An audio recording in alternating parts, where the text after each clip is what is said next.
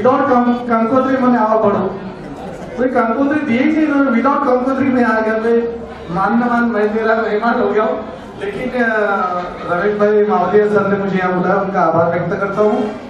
जो नव दंपति है उनको मैं शुभकामनाएं और मंगल कामनाएं व्यक्त करता हूँ। पंडित जी ने अपने प्रवचन में बहुत अच्छी बात कही है कि आशीर्वाद से उतना ज्यादा फायदा नहीं होता। तो मैं बचपन से यही मानता हूँ कि आशीर्वाद से ज्यादा फायदा नहीं होता। फायदा अगर होता है, लाभ होता है, तो आपको अत्यधिक भाव की ही बात करनी पड़ेगी। तो मैं यहाँ शुभकामनाएं व्यक्त करता हूँ। और विनय भाई सोलंकी ने बड़ी अच्छी बात कही, वो उसको मैं रिपीट करूंगा कि गुजरात के अंदर चाहे आप दुख पर कितनी भी प्रवचन दे लो, एक घर के अंदर बुद्ध के संस्कार चाहिए।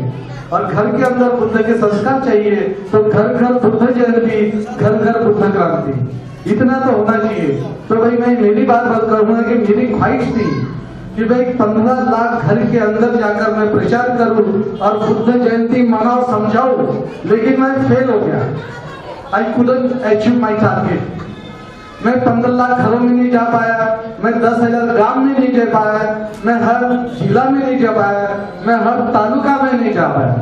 और वहां बाबा साहब ने कहा था कि घर घर बुद्ध के संस्कार। तो मावलिया सर, इस बार तो आप कोशिश करें, हम भी कोशिश करेंगे कि गुजरात के हर घर में, यानी कम से कम शेलू साहिब के घर में बुद्ध की दवाई, बुद्ध जयंती मनाओ और देश में बुद्ध की क्रांति लाओ। घर घर बुद्ध जयंती, घर घर बुद्ध क्रांति। तो विनय भाई सोलंकी सर का भी मैं आभार व्यक्त करता हूँ कि उन्होंने कहा, क्योंकि घर घर बुद्ध जयंती ऑटोमेटिक होना ही नहीं है। आपको लगता है कि उनके चैनल बताएगा बुद्ध जयंती मनाओ? नहीं बताएगा। आपने सर मुझे कोशिश करना पड़ेगा, मार्केटिंग करना पड़ेगा, हर जगह बोलना पड़ेगा कि घर के अंदर बुद्ध जयंती मनाओ। अभी सेंसस आ रहा है, जनगणना आ रही है। इस देश की तो नहीं, लेकिन गुजरात में जितने शेड्यूल कास्ट लोग हैं, कृपया अपने जाति रोग वाले धर्म का उल्लेख न करें। जब आपके घर में जनगणना अधिकारी आएगी, the census officer will visit your house, your home. At that time, don't mention the religion. Which? The religion of caste. वो धर्म का नाम मत लेना जिस धर्म में जाति रोग है, जाति जहर है। उस बाबा साहब करे पुकार, जाति रोग वाले धर्म का करो क्या? मैं धर्म का नाम नहीं ले, समझ गए ना? बाबा साहब करे पुकार, जाति रोग वाले धर्म का करो क्या? यही बाबा साहब की पुकार। तो बाबा साहब का जो सपना था, अगर गुजरात में घर घर बुद्ध जयंती मनाते हैं तो कम से कम 80 लाख लोग, यानी 80 लाख से 100 लाख लोग जाति रोग वाले धर्म का त्याग करेंगे और बौद्ध धर्म का स्वीकार करेंगे, ऐसा मुझे विश्वास है। धन्यवाद। जय भीम, नमो बुद्धाय, जय विज्ञान। 100% माननीय भंते રવિભાઈ માવલિયા જેને મને અવસર આપ્યો અહીંયા આવકાર આપ્યો એ બદલ સૌનો આભાર વ્યક્ત સાથે એટલી માત્રાઓની હાજરી છે એટલે બે જ શબ્દ મારે કહેવા છે। તમને એવું લાગતું હશે કે આ નવીનતા થઈ રહી છે, અહીંયા કંઈક નવીનતા। બસ આ કેમેરા મિત્રો મને જોવા દો બેનોને કે તમને એવું લાગતું હશે ને કે આ શું થાય છે અત્યાર સુધી પરંપરાગતથી અમારા પેઢીઓ દર પેઢીમાં જે થઈ રહ્યું છે, આ શું કરે છે આ લોકો? શું આ ગાંડા થયા છે? તમને એવું થતું હશે, ઘણા એવો પ્રશ્ન થતો હશે દૂર દૂરથી એટલી માતાઓની હાજરી છે ત્યારે મારે એટલું જ કહેવું છે, આ નવીનતા નથી, આ જરાય નવીનતા નથી। આ જે થઈ રહ્યું છે ને એ આપણું પોતાનું છે।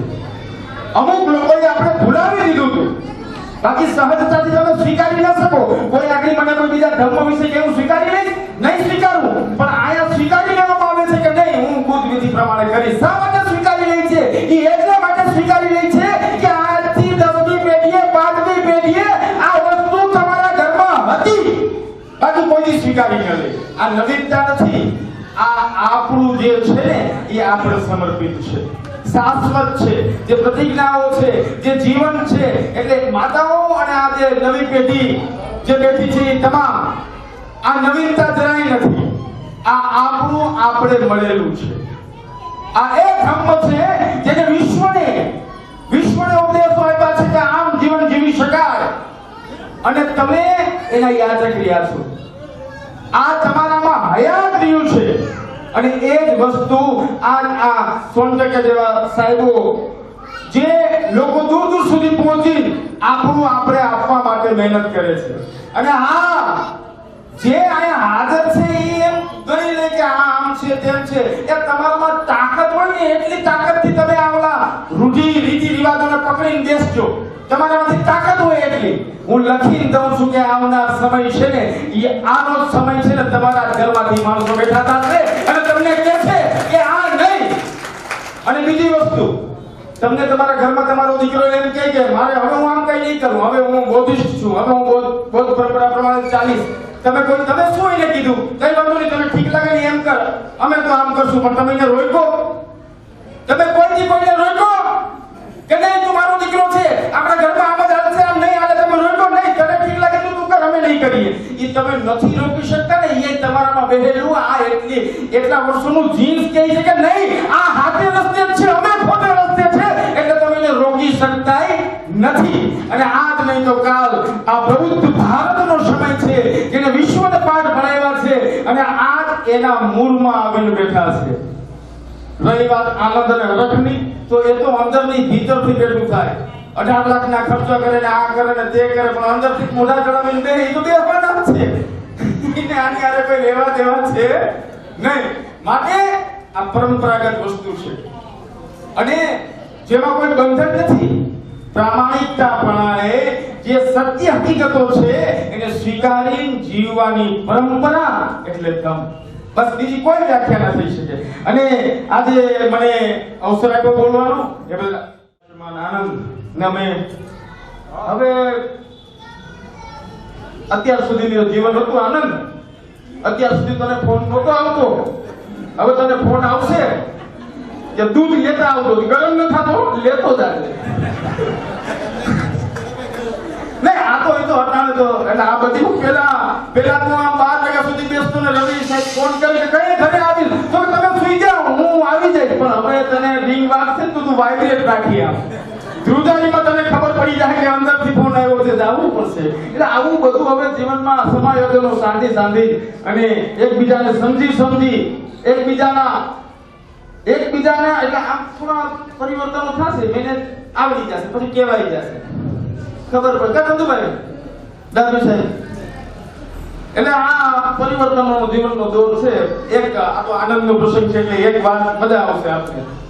નવા લગ્ન થયા, નવા લગ્ન થાય ને એટલે તિજોરી ને બધું આમ તમે બધું નવું બધાય થયા હશે ને. વાંઢાઓ એની વાત નથી, એનો અનુભવ જ નથી.